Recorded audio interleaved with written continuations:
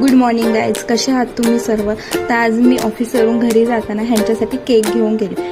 केकला काही असं ओकेशन नव्हतं, पण मी त्यांना खायचं म्हणून घेऊन गेले. त्यानंतर घरी आल्यावर मी शेंगदाण्याचं कूट करण्यासाठी शेंगदाणे भाजून घेतले आणि आज मी बनवणार होती पावभाजी. पावभाजीसाठी मी येतानाच मार्केटमधून सगळ्या भाज्या घेऊन आले होते. त्याच्यामध्ये होतं फ्लावर, बटाटा, शिमला मिर्च आणि बीट होतं, फरसबी पण होतं. हे सगळं चांगलं तेलामध्ये मी कुकरमध्येच भाजून घेतलं आणि त्याच्यामध्ये गरम पाणी ओतून 3 ते 4 शिट्ट्या काढून घेतल्या.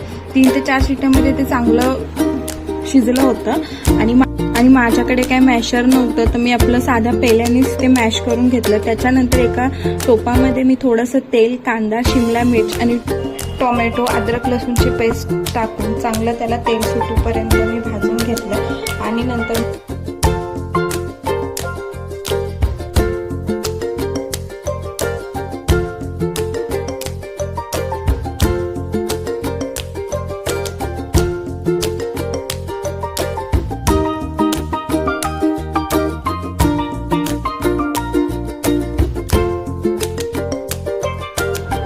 मीठ वगैरे टाकून घेतलं.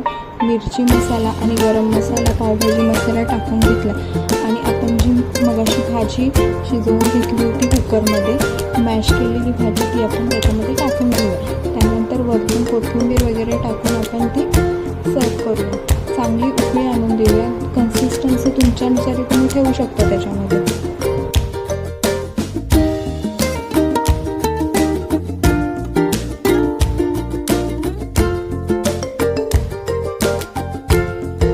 भाजी झाल्यानंतर एवढी छान दिसत होती ना, मी बघा त्याचा एक फोटो पण पुढे ॲड केलेला आहे. कशी वाटली तुम्हाला ही रेसिपी?